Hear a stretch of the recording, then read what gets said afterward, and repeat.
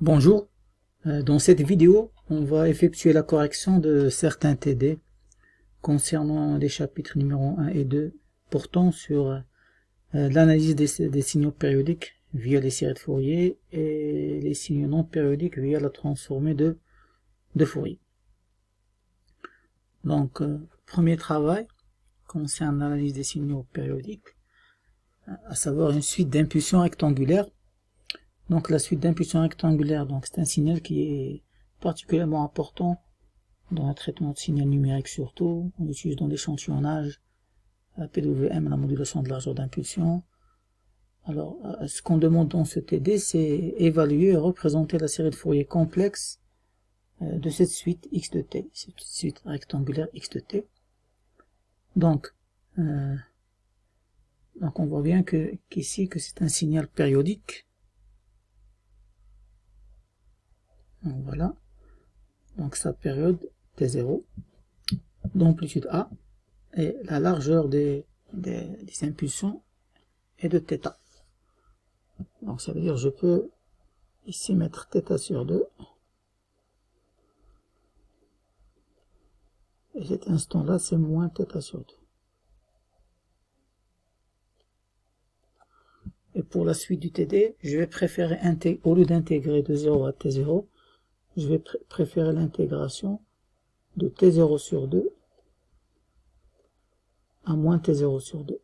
C'est un choix qui facilitera un peu les calculs. L'important, comme on a dit dans le cours, c'est intégrer sur une période. Donc je sais bien que dans le TD, on demande des compositions complexes, mais on va essayer de rappeler un petit peu la forme réelle des séries de Fourier. Donc à savoir x de t peut être décomposé sous forme d'une somme de cos et de sinus. Donc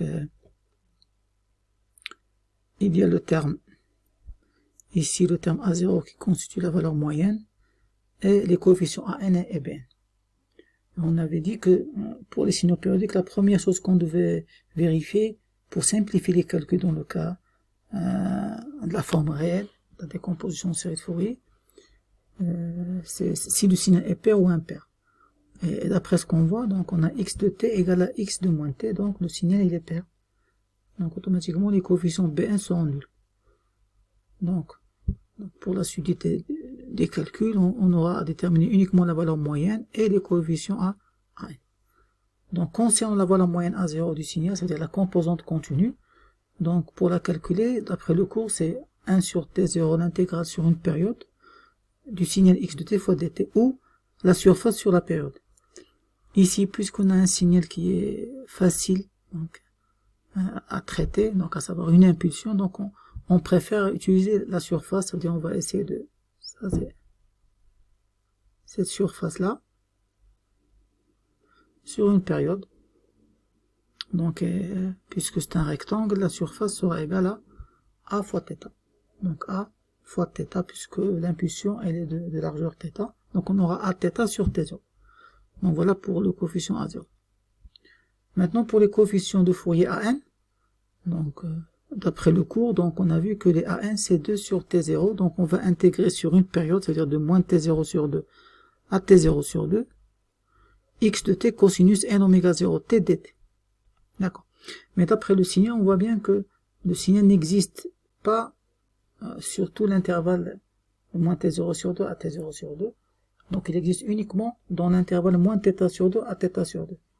Or cet intervalle, sur une période bien sûr, il est nul. Donc c'est pour ça qu'on va intégrer de moins θ sur 2 à θ sur 2. Et dans cet intervalle, le x de t va être remplacé par A, constante A.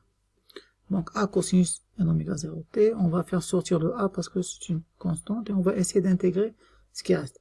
Alors là, la propriété de l'intégrale qu'on va utiliser, c'est l'intégrale de cos AX dx égale 1 sur A, sinus AX, donc on va voir 1 sur A ici, donc on a les deux A. Le A ici pour nous, c'est celui-là, cosinus AT. Donc cosinus n oméga 0 t, donc ça c'est l'équivalent du petit a. Donc 1 sur a, donc on aura 1 sur a ici. N oméga 0 t, donc et j'ai pris le n oméga 0 t et Je l'ai remplacé par 2pi f0. Fois sinus, bien sûr, n 2pi f0t dans l'intervalle de moins θ sur 2 à θ sur 2. Alors là, il y a beaucoup de simplifications qu'on peut faire. Le 2 va se simplifier avec le 2 et le f0 va se simplifier avec t0. Donc on aura à la fin a sur npi. On va remplacer tout d'abord t par θ sur 2, puis par moins θ sur 2. Et puisqu'on a sinus de x égale à sinus de moins x, donc on aura ici un moins. Au lieu du plus, on aura un... Je m'excuse, au lieu de moins, on aura un plus ici. D'accord. Donc au final, on va retrouver deux sinus, donc 2a sur np sinus np f0 θ. On va essayer de faire apparaître un sinus cardinal. En maths, on sait qu'un sinus cardinal de x, c'est sinus de x sur x. Alors le x pour nous, c'est celui-là. Alors si je compare avec ce dénominateur, il me manque le f0 fois θ. Donc je vais multiplier en bas par f0 par θ. Et le terme 2a, je vais le multiplier par f0 fois θ. Donc ça veut dire θ sur t0.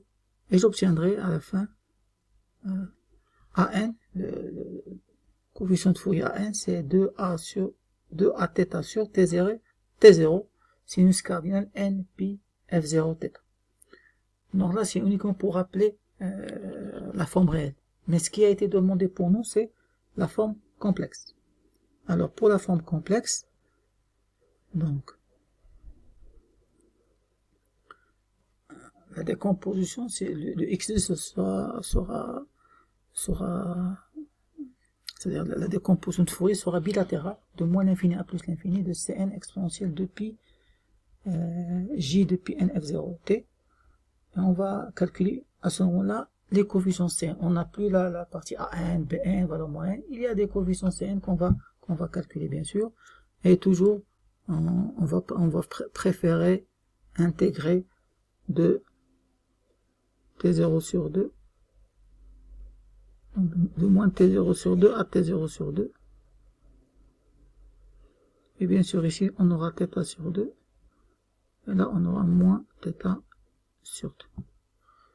Donc, commençons par les coefficients de Fourier complexes. Donc là, le Cn d'après le cours, c'est 1 sur t0, l'intégrale sur une période de x de t, exponentielle moins j de pi n f0t dt. Alors là aussi, je vais intégrer uniquement entre moins θ sur 2 et θ sur 2, vu que le signal est nul hors cet intervalle. Et dans cet intervalle, je vais remplacer x de t par 1, tout simplement. Et là, je vais utiliser la propriété de l'intégrale. Donc, l'intégrale exponentielle ax dx, c'est 1 sur a exponentielle ax. Donc là, si je fais une analogie, le a, c'est tout ça. Le petit a, c'est tout ça. Donc j'aurai 1 sur a.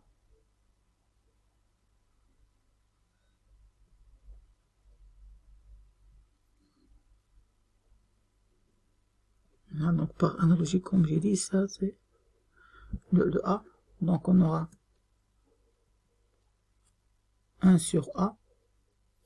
Alors le grand A, je m'excuse ici pour ne pas confondre. Ici le gros A va sortir, c'est une constante, donc a sur t0. Et 1 sur cet alpha.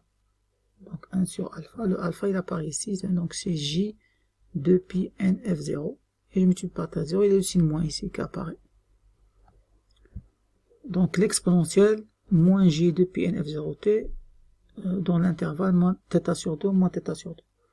Là aussi le petit t va être remplacé par θ sur 2 puis par moins θ sur 2, ce qui fera apparaître ici un plus.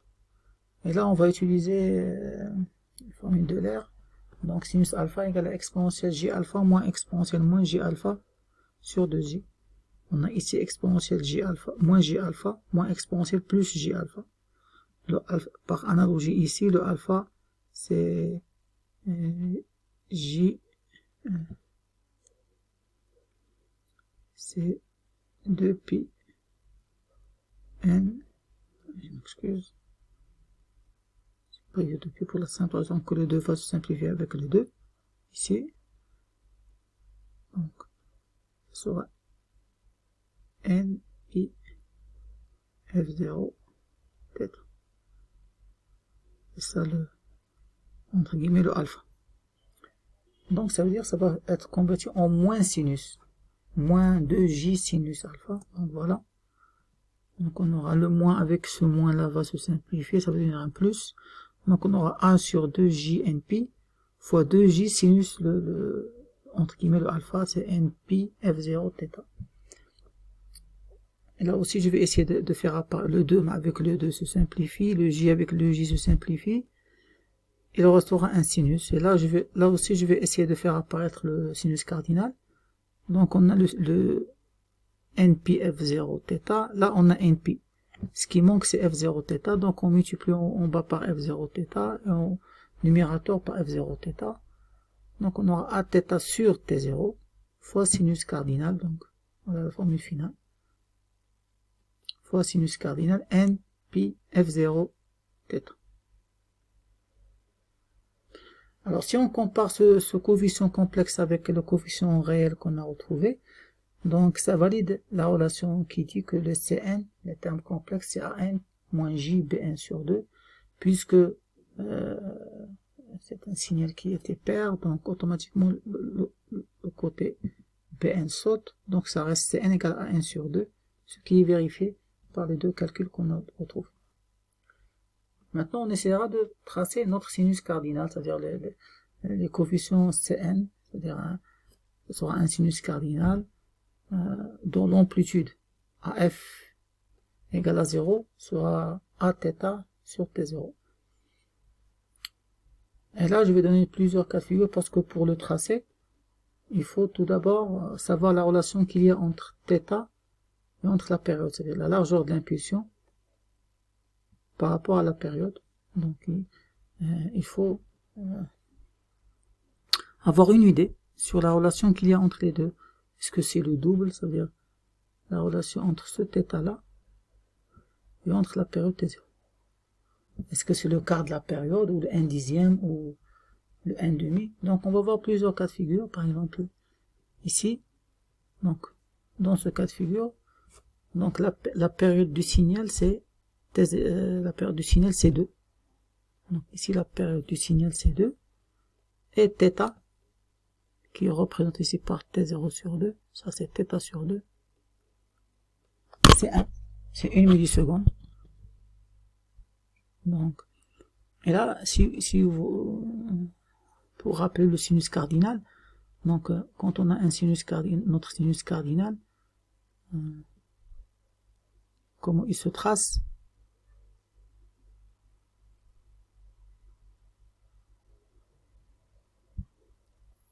Donc, on va prendre une fonction continue. On va enlever le n, donc pi f θ par exemple, sur pi f θ. Donc là, c'est le sinus cardinal de pi f θ.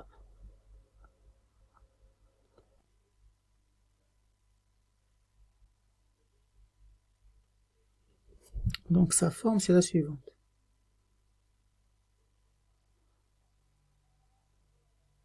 Donc il va s'annuler en certains points qu'on va essayer de déterminer. Donc il aura cette forme.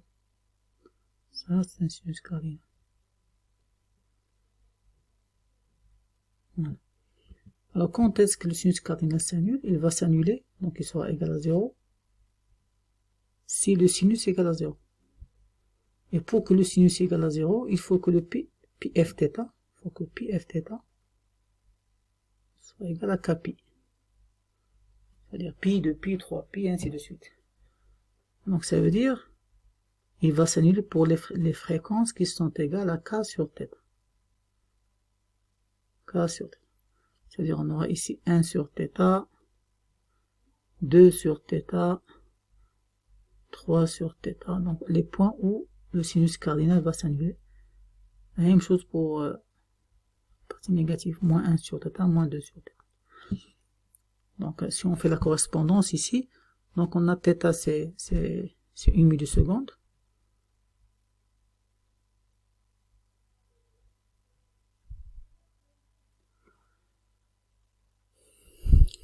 Donc 1 sur θ, c'est ça, c'est 1. Donc 1 sur θ.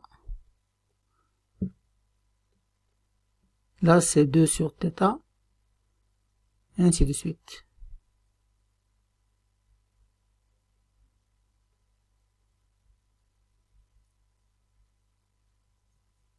Donc, là, c'est 1 sur θ. Là, c'est 2 sur θ. C'est-à-dire 2, 3 sur θ, 4 sur θ.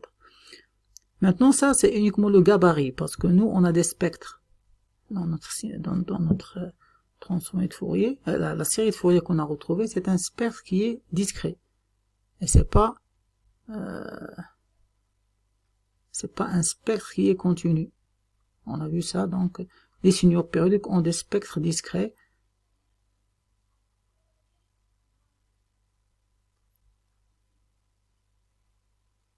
Ça veut dire le gabarit du spectre, c'est un sinus cardinal, mais les raies qui seront à l'intérieur du spectre, ce seront des raies à la fréquence F0, de F0, et ainsi de suite.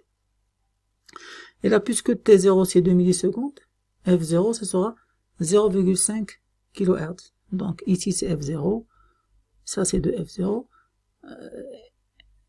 Et la méthode la plus facile, c'est retrouver la relation qu'il va y avoir entre θ, 1 sur θ, parce que ce point-là c'est 1 sur θ, et entre F0.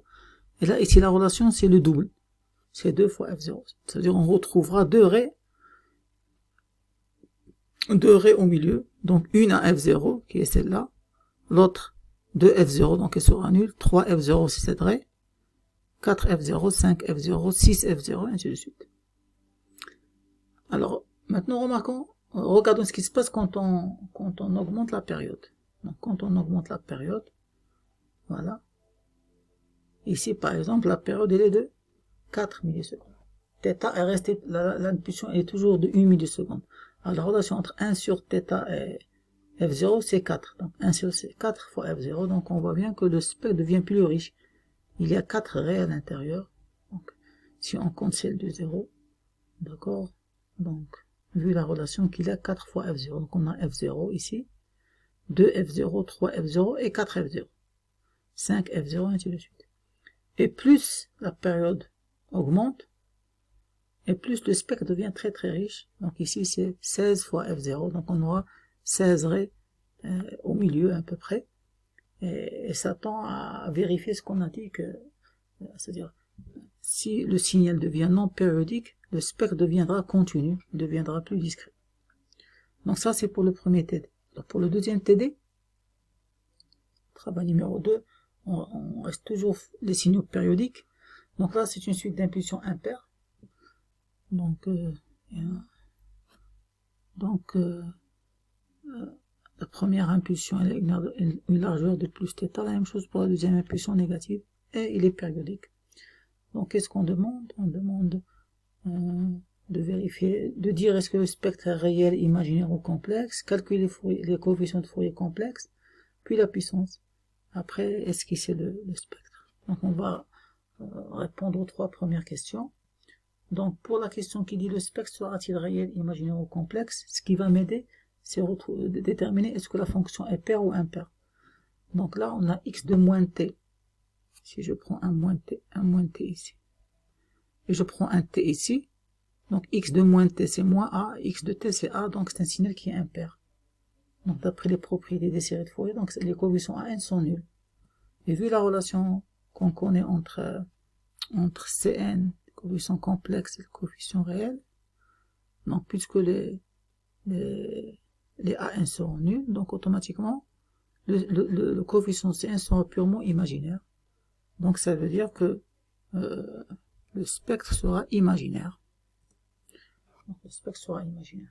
Alors pour la deuxième question concernant les coefficients de Fourier, donc on va procéder de la même façon que le premier TD. Donc on a Cn, on va essayer de calculer les coefficients Cn.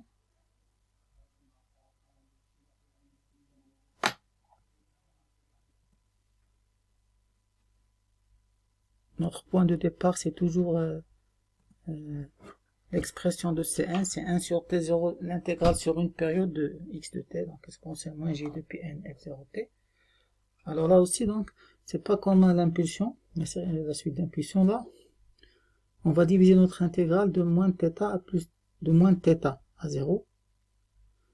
À l'intérieur de cet intervalle, le x de t sera remplacé par moins a. Et la deuxième intégrale, c'est de 0 à plus θ. Et là, le x de t sera remplacé par plus a. Dans le reste de la période, le signe est nul. Donc, là aussi, je vais résoudre cette intégrale avec le principe exponentiel ax dx, c'est 1 sur a exponentiel ax. Donc, on a divisé par le a. Le a, il est là avec un signe moins. Le signe moins avec le signe moins qui est ici. Pour la première intégrale, on a un plus. Donc, a sur j de pi n f0 fois t0. Bien sûr, après, le f0 va se simplifier avec le t0. Et on a la première exponentielle qui est là. Voilà.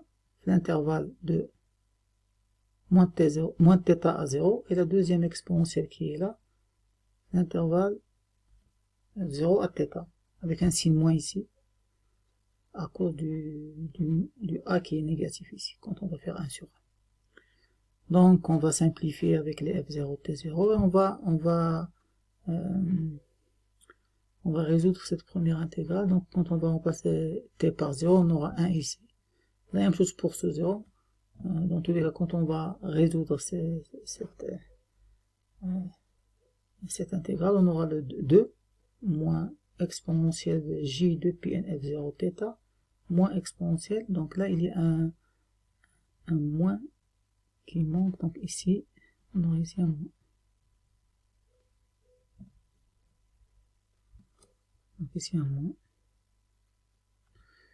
D'accord, et là aussi Euler va nous aider parce que cosinus alpha, c'est exponentielle j alpha plus exponentielle moins j alpha sur 2.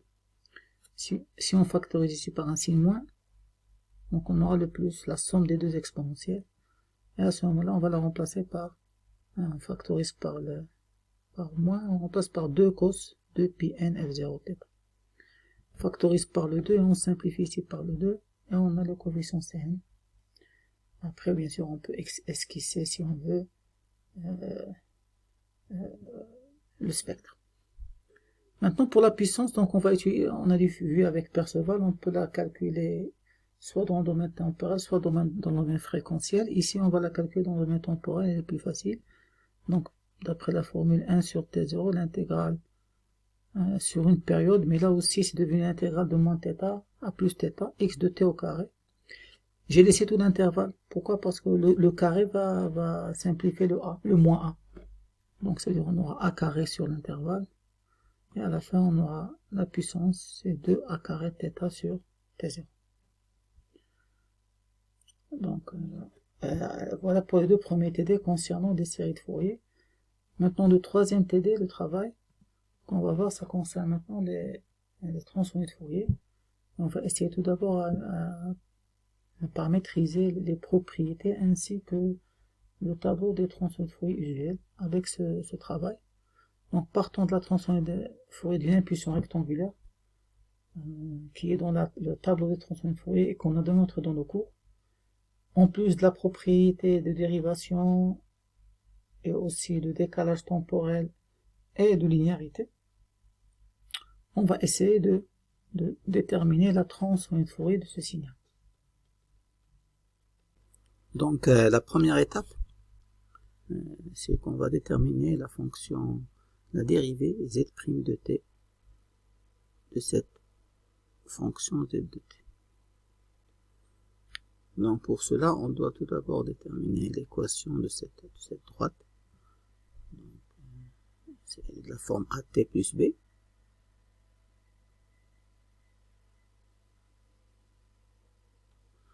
Alors, la pente A, on va l'examiner en prenant deux points.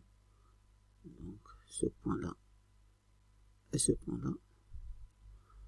Donc, on va trouver que la pente A, c'est moins 1 sur 200. Donc, moins 1 delta Y sur delta X fois T plus B, la valeur à T égale à 0, c'est-à-dire 1. Voilà. Deuxième remarque, c'est que cette fonction Z de t possède une discontinuité en ce point-là. À t égale à 0, qu'on doit prendre en compte quand on va dériver. D'accord. Donc, le petit théorème qu'on a vu dans le cours récurrent en relation avec la distribution de Dirac, vu que cette fonction présente un point de discontinuité, pour calculer sa dérivée, donc c'est la dérivée normale. Donc, première étape, la dérivée normale. Qu'est-ce que ça donne? Donc, pour les instants t inférieurs à 0, on a z de t égale à 0. Donc, automatiquement, la dérivée sera nulle. D'accord. Pour t supérieur à 200, là aussi, z de t est nul. Donc, z' sera nul. Maintenant, pour t compris entre 0 et 200, il est de la forme at plus b. Donc, la dérivée sera égale à la pente a, qui est égale à moins 1 sur 200. Donc, ça sera égal à une constante.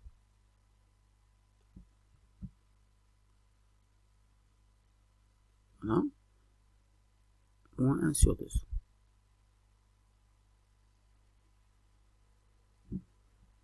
Donc, ça, c'est la dérivée normale.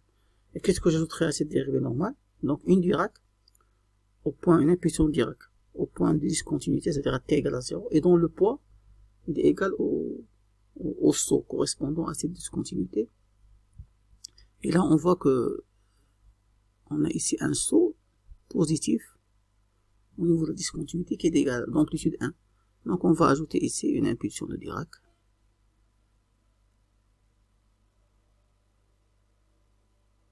Voilà. Cette impulsion de Dirac, son amplitude sera égale à 1. Voilà. Donc maintenant, retrouvons l'expression de z' de t. Donc z' de t, c'est la somme de deux fonctions. Donc ce sera une impulsion de Dirac plus, on remarque ici, une fonction porte, une fonction rectangulaire. Et cette fonction porte, elle est centrée au point 100, t égale à 100. C'est-à-dire cette fonction porte sera décalée avec un retard égal à t0, avec un retard t0, c'est ça le retard t0, qui est égal à 100. Donc ce qui donnera z' de t, z' de t, sera égal à la fonction Dirac de t, donc d'amplitude 1 bien sûr, cette fonction Dirac, il y a un instant t égale à 0, donc ni en retard ni en avance, plus la fonction porte, donc la fonction rectangle d'amplitude moins 1 sur 200, rectangle, la largeur du rectangle c'est 200, c'est θ, fois t, et là le retard, moins t0, le retard il est 200. Donc voilà z' de t. Donc maintenant je peux passer à la transformée de Fourier de z' de t. Donc transformer z' de t. Là je vais utiliser en même temps la propriété de linéarité. Donc, puisque c'est la somme de deux fonctions, donc celle-là plus celle-là. Donc la transformée de Fourier, c'est la transformée de Fourier de la première fonction Dirac, c'est-à-dire 1, plus la transformée de Fourier de fonction rectangle, qui est égale à, si on a A rectangle θ, c'est A θ sinus cardinal, donc A θ, le A ici c'est moins 1 sur 200, le θ c'est 200, A θ ça donnera moins 1, A θ, sinus cardinal, pi f θ, le θ c'est 200, donc 200 pi f. Et j'ajoute une exponentielle à cause de ce retard t0, donc l'exponentielle moins t0, donc exponentielle j de pi f t0, donc ça veut dire j de 100 pi f.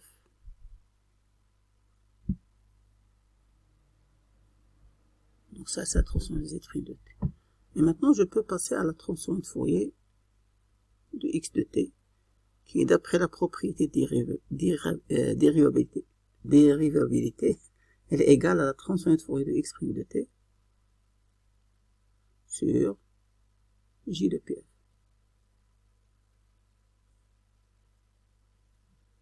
Donc ça donnera à la fin la transformée de Fourier de x de t.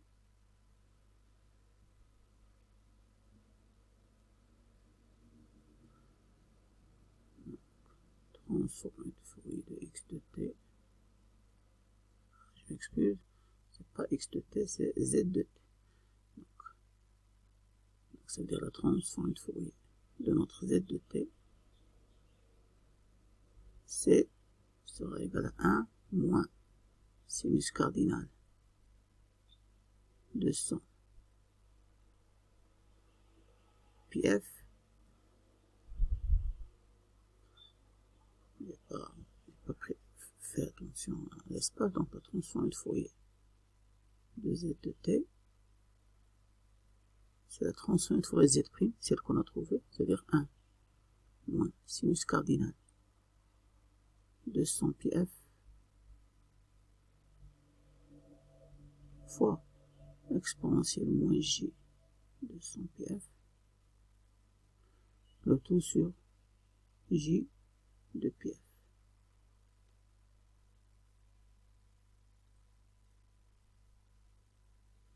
Voilà pour cette transformée de Fourier de z de t, où on a étudié la linéarité, le retard temporel ainsi que la propriété de dérivabilité.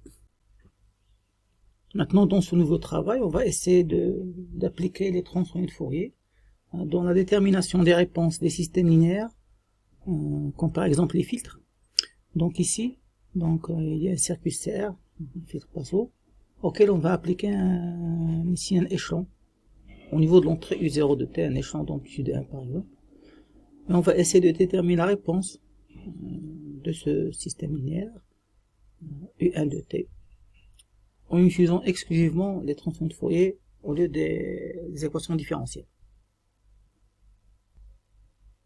Donc pour ce faire, on va passer par 3 étapes. Donc la première étape, c'est on va déterminer la fonction de transfert du mental dans le domaine fréquentiel, c'est-à-dire j oméga en fonction de u0 jf ou j oméga.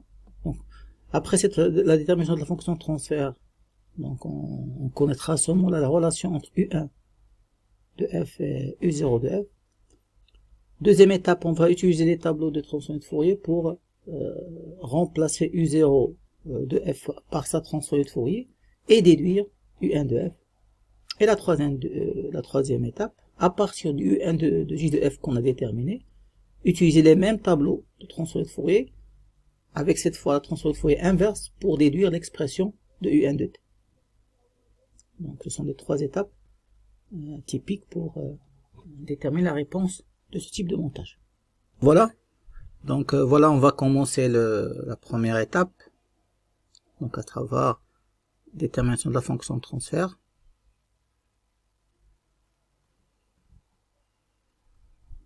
Donc on va appliquer le point diviseur de tension, donc on a U1 de J oméga ou de JF sera égal à U0 de JF fois Z, l'impédance d'une résistance sur ZR plus l'impédance d'un condensateur. Donc ça sera égal à U0 de JF fois R sur R plus 1 sur JC oméga. Donc au final, on aura U1 de J de F, c'est U0 de J de F fois J RC oméga sur 1 plus J RC oméga, qu'on peut mettre sous la forme par exemple J tau oméga sur 1 plus J tau oméga, avec bien sûr tau égale à R fois C. Donc la fonction de transfert, donc H de J oméga, qui est U1 sur U0, c'est J tau oméga sur 1 plus J tau oméga. Première étape.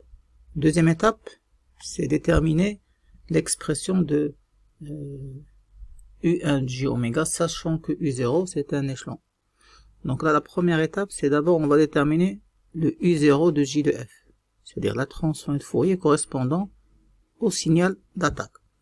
Et là, donc on va consulter la table des transformées de Fourier qui est à droite, et on va travailler la fonction saut unité epsilon de t. Donc la voilà, ça correspond exactement à notre signal U0 d'attaque. Donc sa transformée de Fourier d'après la table, c'est 1/2, donc ici, donc c'est 1/2 Dirac de F plus 1 sur J de pi F. D'accord.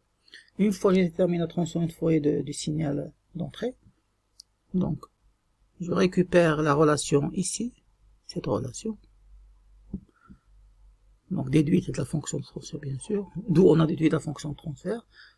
Donc d'après cette relation, donc on aura U1 de J de F que je recherche, c'est U0 de J de F, c'est-à-dire 1/2 Dirac de F plus 1 sur J de pi F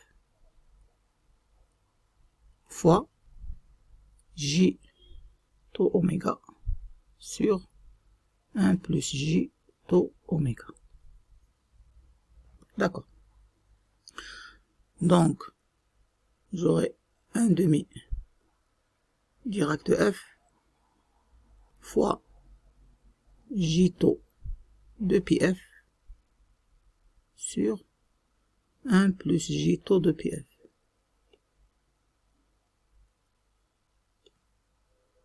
Plus 1 sur J de pi F fois J tau de pi F sur 1 plus J tau de pi F. Alors et là, donc, à ce niveau-là, ce premier terme-là, on va utiliser une loi, donc concernant Dirac, la fonction Dirac, qu'on a vue au début du cours. Cette loi, qu'est-ce qu'elle dit cette loi? Elle dit que x, donc x de t, je m'excuse, donc x de t moins t0, je m'excuse, c'est x de t fois Dirac de t moins t0, c'est égal à x à l'instant t0, c'est comme un échantillonnage, fois Dirac de t moins t0. Donc on peut dire la même chose dans le domaine fréquentiel. On peut dire que x de f fois Dirac de f moins f0, c'est-à-dire décalage fréquentiel, ce sera égal à x de j de f0 fois Dirac de f moins f0. Donc si on fait une correspondance avec cette partie le premier terme de U1 de J de F, on voit que on essaie d'identifier le X. Donc le X de J de F, c'est ce suivant, par exemple. Ça, c'est X de J de F.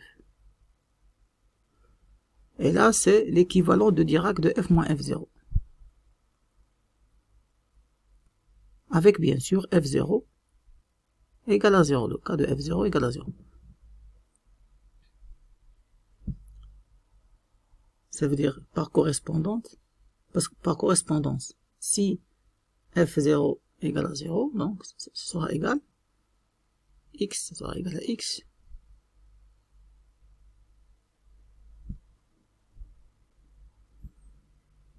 donc par correspondance, on aura Dirac de F,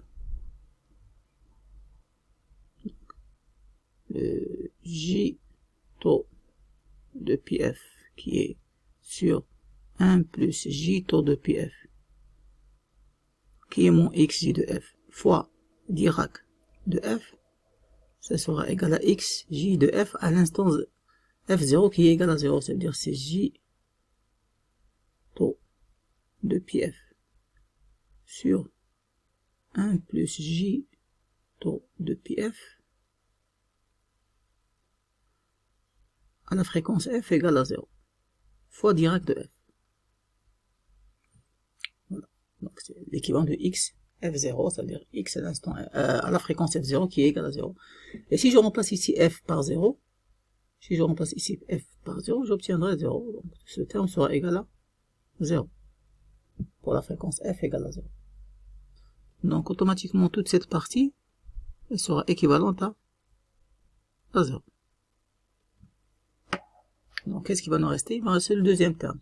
Et dans le deuxième terme, je peux simplifier ici le J de πf par J de πf. Donc qu'est-ce qui va rester pour U1 de J de f? U1 de J de f, ça sera taux sur 1 plus J taux de πf.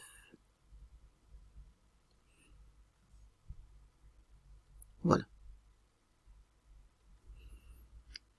Une fois on a déduit U1 dans le domaine fréquentiel, U1 de J de f, maintenant on va essayer de retrouver U1 de t.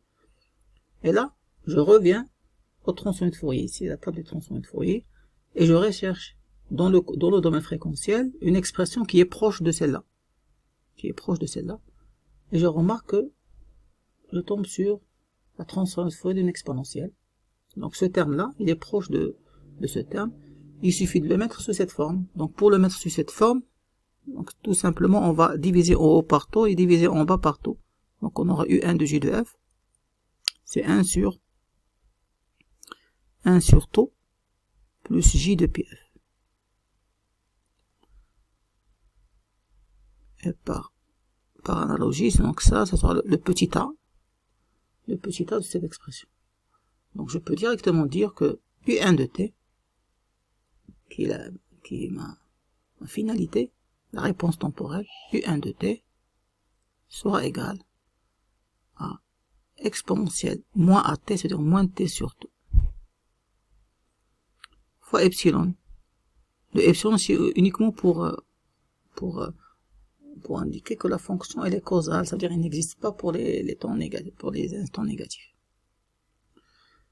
Voilà. Donc, si je veux tracer ça, donc ça revient à j'ai une réponse, j'ai un signal U0 de t qui a été de cette forme, d'amplitude 1. Donc ça c'est U0 de t. Et la réponse c'est exponentielle moins t sur taux. Ça veut dire à l'instant t égale à 0. Ça sera 1, donc je m'excuse.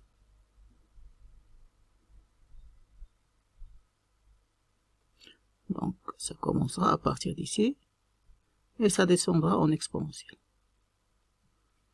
Donc ça c'est U1 de t qui est exponentielle moins t sur taux. Donc voilà pour la procédure pour déterminer le comportement d'un système linéaire en utilisant les transformés de Fourier. Donc de la même façon, donc on va essayer maintenant de prendre un circuit RC cette fois, donc un filtre passe bas. Et on va l'attaquer avec le même signal échelon ici, U1 de t. Donc on va essayer de retrouver la réponse U2 de t.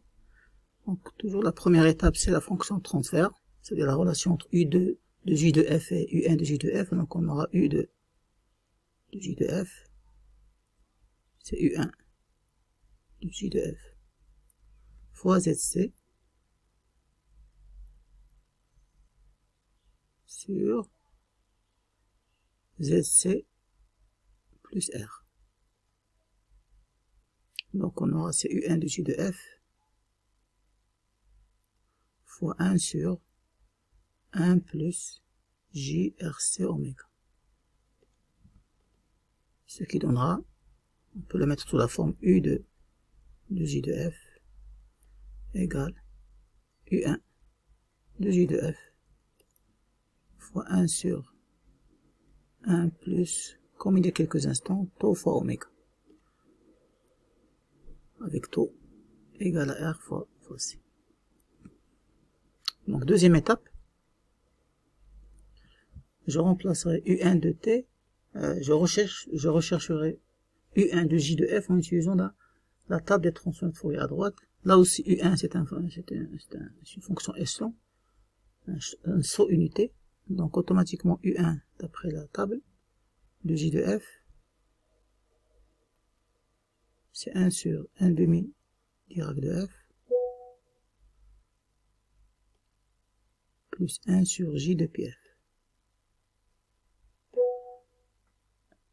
Et je remplace ça dans U2 de J de F, j'obtiendrai l'expression de U2 de J de F, c'est I1, ça veut dire 1 demi Dirac de F, plus 1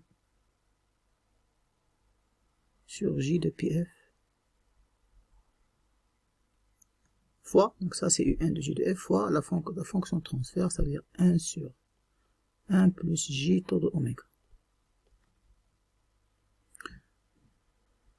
Donc, ça me donnera U2 de J de F, 1 demi de Dirac de F, fois 1 sur 1 plus J taux de pi F, plus 1 demi 1 sur J, donc ici c'est 1 sur J de pi F. Donc 1 sur J de pi F. Donc 1 sur J de pi F fois 1 sur 1 plus J taux de pi F. Donc là aussi, comme il y a quelques instants, ce terme-là, donc on va essayer de le simplifier. Il est de la forme 1 demi Dirac de F moins F0 fois X de J de F0 avec F0 égale à 0. Et le X de J de F0, c'est ce terme-là. C'est 1 sur J taux de pi F. Donc, d'après la formule, ce sera égal à 1 demi Dirac de F moins F0, c'est-à-dire Dirac de F. Donc là, c'est J de F fois X, J à la fréquence F0, ça veut dire fois 1 sur J taux de pi F à la fréquence F égale à F0. Alors quand je remplace ça par F0 égale à 0, bien sûr. Quand je remplace ça par F égale à 0, j'obtiendrai 1. Donc ce qui va rester, c'est uniquement 1 demi Dirac de F. Donc égal. Donc le premier terme, c'est 1 demi Dirac de F. Plus. Alors le deuxième terme, donc on va faire la décomposition en fonctions simples. Donc ici, c'est un produit de deux fonctions simples qu'on va mettre sous la forme d'une somme. C'est-à-dire on va essayer de décomposer sous forme d'une somme 1 sur J de pi F plus un terme que je vais appeler B sur 1 plus J de pi F, J taux de pi F. Alors pourquoi cette décomposition? Parce que quand je jette un clin d'œil, j'aimerais faire apparaître ce terme, puisque j'ai déjà le 1 demi Dirac de F, donc j'aimerais faire apparaître la deuxième partie. Et pour ça, je dois prendre ce produit et le décomposer en fonction simple. Il suffit de rechercher le B. Donc tout simplement, on va résoudre ça. On va le rendre sous forme d'un produit commun. On aura à la fin 1 plus, quand on va un dénominateur commun, ça veut dire on aura 1 plus J de pi F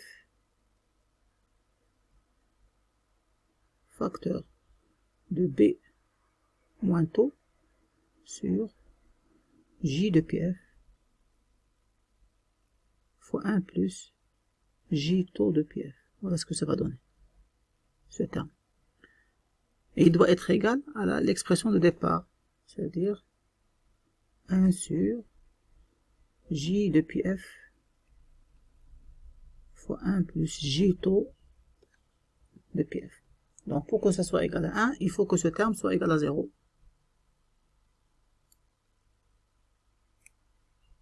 Il faut que que ce terme soit égal à 0. Pour que le numérateur égale à 1, ça veut dire il faut que B, je m'excuse ici, c'est pas B moins taux, c'est B plus taux. J'essaie de faire rapidement, donc c'est B plus taux. Parce que le 1 sera multiplié par 1 plus J de PF, et le J de PF sera multiplié par B, pour avoir des dénominateurs communs ici. Donc il faut que ce terme soit égal à 0. Et pour que ce terme soit égal à 0,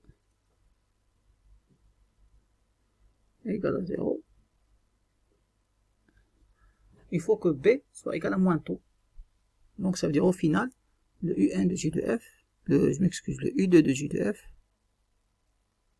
sera égal à 1 demi Dirac de F plus 1 sur J de PF, ça tout seul, et je remplace B par moins taux, donc moins taux sur 1 plus J taux de PF. Et le deuxième terme ici, je vais essayer de le mettre sous cette forme pour avoir une exponentielle quand je ferai la transformée de Fourier inverse. Donc, j'aurai ici 1 demi Dirac de F plus 1 sur J de PF. Premier terme. Deuxième terme, moins 1 sur taux plus J de PF. Voilà.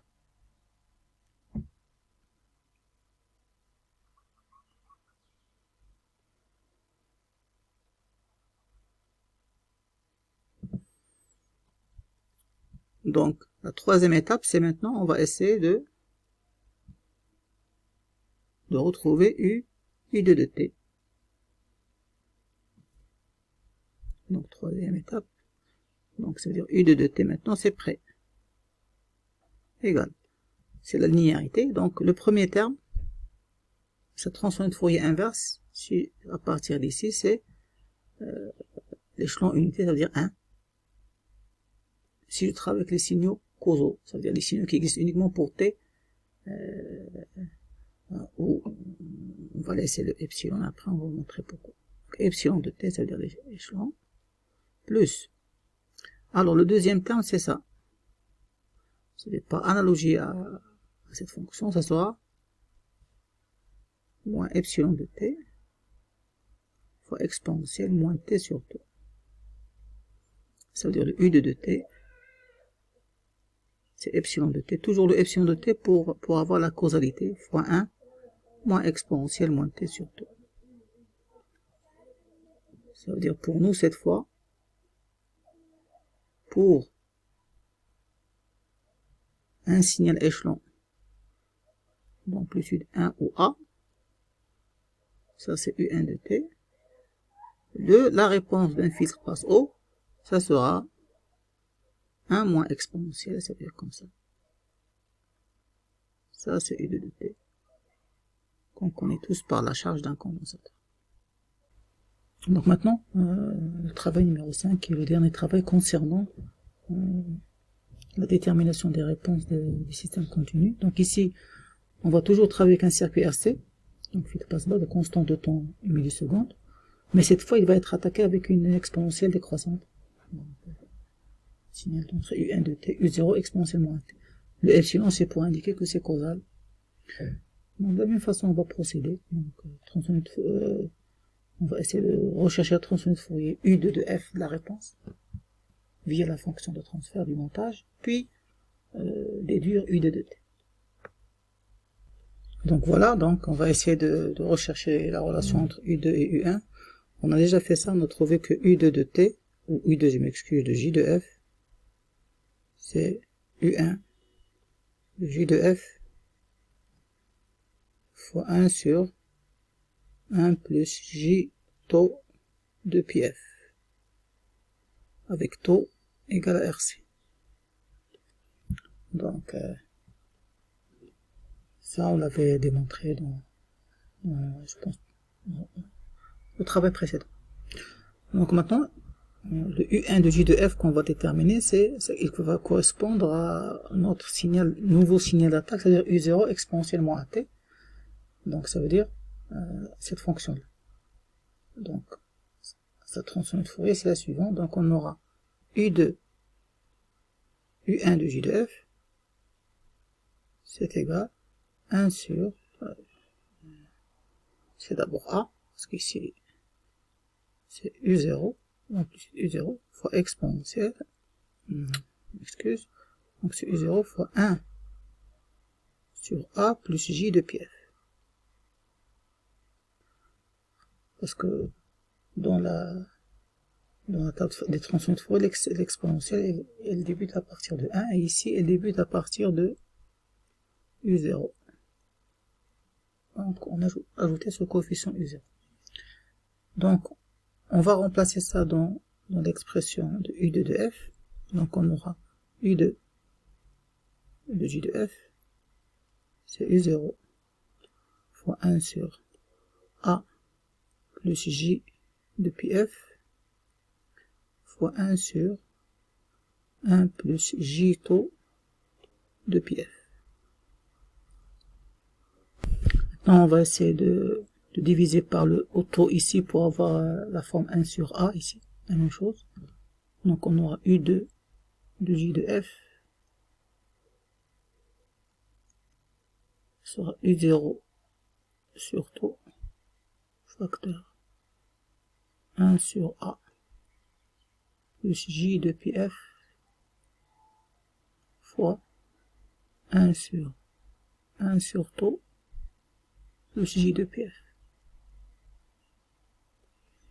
Et là aussi, ce produit-là, on va essayer de le mettre sous forme d'une décomposition en fonction simple.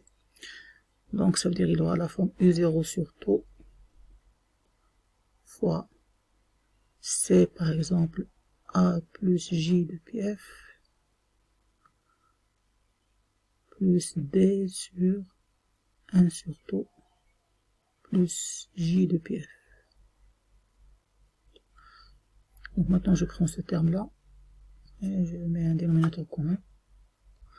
Donc j'aurai, quand je ferai un dénominateur commun, j'aurai C sur taux plus DA des fois plus J de pi F facteur de C plus D. Le taux sur A plus J de pi F facteur de 1 sur taux plus J de pi F. Là, en comparaison avec le terme d'origine, celui-là, original, on voit que le numérateur il est égal à 1. Donc pour que ce numérateur soit égal à 1,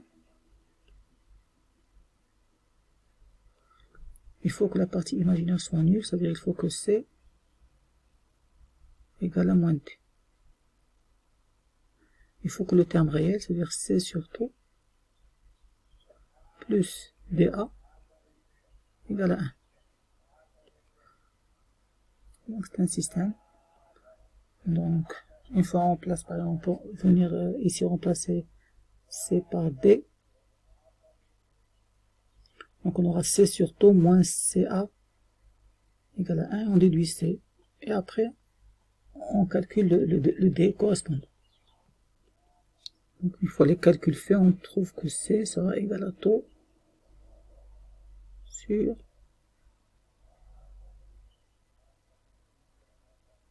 un moins à taux.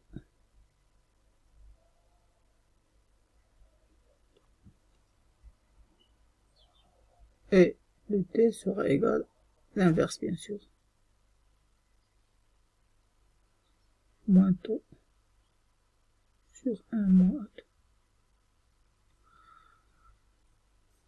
Donc quand je reviens ici, à U2 de J de F, j'obtiendrai, je peux factoriser par taux sur 1 moins à taux, j'aurai U0 sur 1 moins A fois taux, facteur, ce taux-là a été simplifié, facteur de 1 sur A plus J de pi F, moins 1 sur taux plus J de pi F. Donc là, je peux facilement déduire le U2 de t. C'est le coefficient constant U0 sur 1 moins A taux fois, donc là, c'est une exponentielle, moins AT. Moins, là, c'est une exponentielle, moins T sur 2. Et voilà pour cet exercice. Donc maintenant, le dernier TD de cette vidéo concernera maintenant l'application de la transformée de Fourier dans l'étude des systèmes en général. Donc on va donner un petit exemple ici. Un système de freinage d'urgence d'un ascenseur. Donc on a l'ascenseur, on va supposer qu'à un instant donné, le fil qui le retient ou le système qui le retient a été coupé. Donc il sera soumis à ce moment-là à la force de la pesanteur. Et on va essayer de déterminer le comportement de la vitesse. C'est-à-dire comment va se comporter la vitesse. Et comme ça on pourra dimensionner le freinage et tout ça. Donc l'idée c'est que le dispositif ici de notre ascenseur il est soumis à deux forces. Donc la force, on va considérer, je m'excuse, le système ici comme étant un système, donc un bloc fermé, qui a comme entrée la pesanteur qui a été appliquée sous forme d'échelon, c'est-à-dire à un instant t égale à 0, il y a eu la coupure du fil, c'est-à-dire il y a la fonction p sous forme d'échelon qui soit appliquée comme signal d'entrée. Et qu'est-ce qu'on désire récupérer comme signal de sortie? On désire récupérer la vitesse verticale de descente, soit le signal de sortie. Donc les forces qui sont impliquées ici, il y a la pesanteur et la force du frottement, F moins F0 fois la vitesse. Donc la relation qui sera utilisée, c'est la relation fondamentale de la dynamique, à savoir la somme des forces égale à m fois l'accélération. Donc ici, de la même façon, donc on va essayer de retrouver, à partir de la relation fondamentale de la dynamique, on va essayer de retrouver l'équation différentielle qui va relier la sortie P, V de t à l'entrée P de t. Puis, à partir de cette équation différentielle et des propriétés de la transformée de Fourier, et surtout la propriété de dérivabilité, on va essayer de retrouver la fonction de transférage de f. Et là, on va revenir à ce qu'on faisait avant, avec les filtres. Ça devient une fonction dans le domaine fréquentiel. Et on va essayer de retrouver le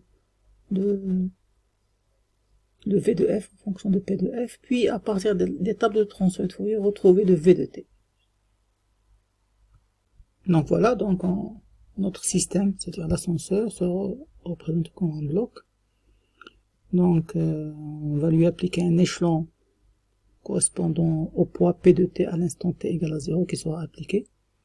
Le P sera égal à M fois G. Et on désire déterminer, bien sûr, la réponse V de t de ce système. Donc pour cela, on va faire de la même façon, on va essayer de traiter le système dans domaine fréquentiel, c'est-à-dire on va essayer de retrouver le V J de F en fonction de P J de F dans le domaine fréquentiel. Et à partir de V de J de F, on va essayer de déduire le V de t en utilisant la table des transformées de Fourier. Donc si on se base sur l'équation de la dynamique, donc on a la somme des forces égale à 1 fois l'accélération, on a deux forces qui sont mises en œuvre, il y a le poids, donc on va travailler sur l'axe des Z selon ce sens. Donc P sera positif et F sera négatif, donc on aura P de T moins F0, le coefficient de frottement, fois V de T, ça c'est la force F, sera égal à M d de V de T sur dt. C'est-à-dire l'équation différentielle, ça sera P de T égale M d de V de T sur dt plus F0 V de T. Maintenant, on va essayer de passer au domaine fréquentiel. On va utiliser toutes les propriétés qu'on connaît. Donc, c'est-à-dire si je veux rechercher P de J de F, Là, on a la linéarité. Donc, ça sera égal à la transformée de Fourier de ça, plus la transformée de Fourier de ça. Donc, quelle est la transformée de Fourier de m dv de t? Donc, c'est m fois la dérivée de v de t, sa transformée de Fourier, c'est j de pi f, d'après la table des transformations. C'est j de pi f fois la transformée de Fourier de v, c'est-à-dire fois v de j de f. Donc, c'est ça, la transformée de Fourier de la dérivée. Plus f0, bien sûr, fois v de j de f, tout simplement. Donc, on a pris ce terme, sa transformée de Fourier c'est f0 fois j de f, tout simplement, plus, vu la linéarité, la transformée de Fourier du premier terme. Et puisqu'on a une dérivée, sa transformée de Fourier, c'est j de pi f fois la transformée de Fourier du signal d'origine. Donc ça veut dire le p de j de f sera égal, le p de j de f sera égal à v de j de f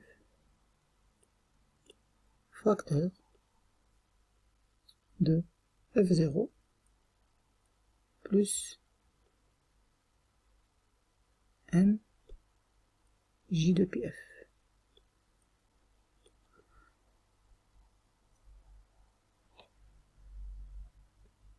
Ça veut dire que v de j de f sera égal à p de j de f facteur de 1 sur f0 plus m j de pi f.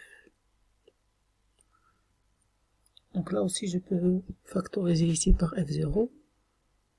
v de j de f sera égal à p de j de f 1 sur f0 fois 1 sur 1 plus j tau de pi f, avec bien sûr tau égale à m sur f0. Et là ça nous rappelle une formule qu'on a retrouvée avec le filtre passe-pas. Maintenant, une fois v de j de f déduite, on peut remplacer le p de j de f par son expression, sachant que pour nous, on va considérer que le p de t qu'on a appliqué, c'est un échelon.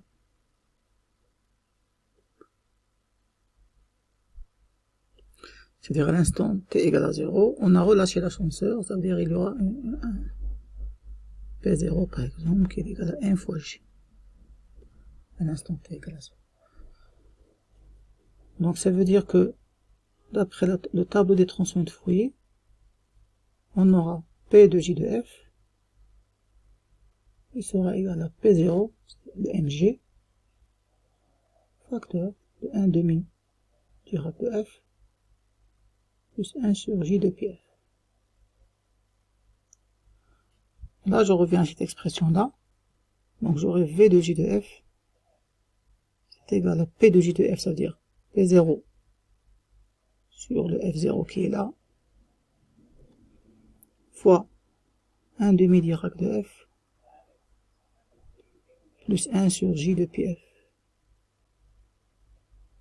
fois la fonction de transfert 1 sur 1 plus j tau de pi f. Et on revient exactement à un filtre passe-bas qui est attaqué par un échelon. Donc la même chose qu'on a fait avec le filtre passe-bas. Même si le départ c'était un système. Donc le v de j de f sera égal à p0 sur f0. Donc 1 demi Dirac de f fois 1 sur 1 plus j tau de pi f plus 1 sur j de pi f fois 1 sur 1 plus j tau de pi f. Donc après on a vu que ce terme c'est Dirac de f moins f0 fois x de f, ça veut dire c'est x de f0, ici le f0 c'est 0. Donc quand on en remplace ici par 0, on obtient, pour ce terme on obtient 1 à f égale à 0. Donc ça veut dire on va avoir v de j de f, c'est p0 sur f0 fois le 1 demi direct de f plus, et là on va faire la décomposition en éléments simples comme le cas du filtre, et on obtiendra le terme 1 sur j de pf tout seul, moins, donc je pense 1 sur taux, ou plutôt donc on aura moins taux, 1 plus j taux de pf. Alors si on veut pas maintenant passer à v de t, on obtiendra v de t égale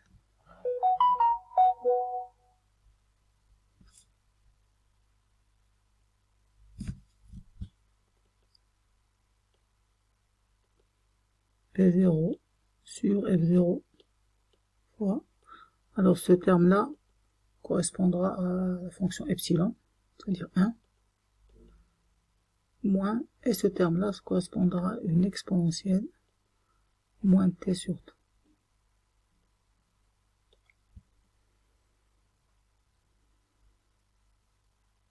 Et on peut facilement représenter ici la réponse en vitesse.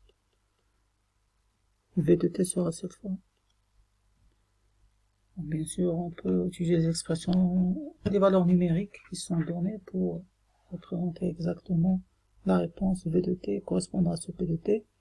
Et là, avec ce dernier travail, on a une idée de comment faire l'étude du comportement d'un système, comme ici un ascenseur, en utilisant toujours comme outil la transformée de Fourier. Donc voilà, donc c'est fini pour cette vidéo concernant les TD, la correction des TD.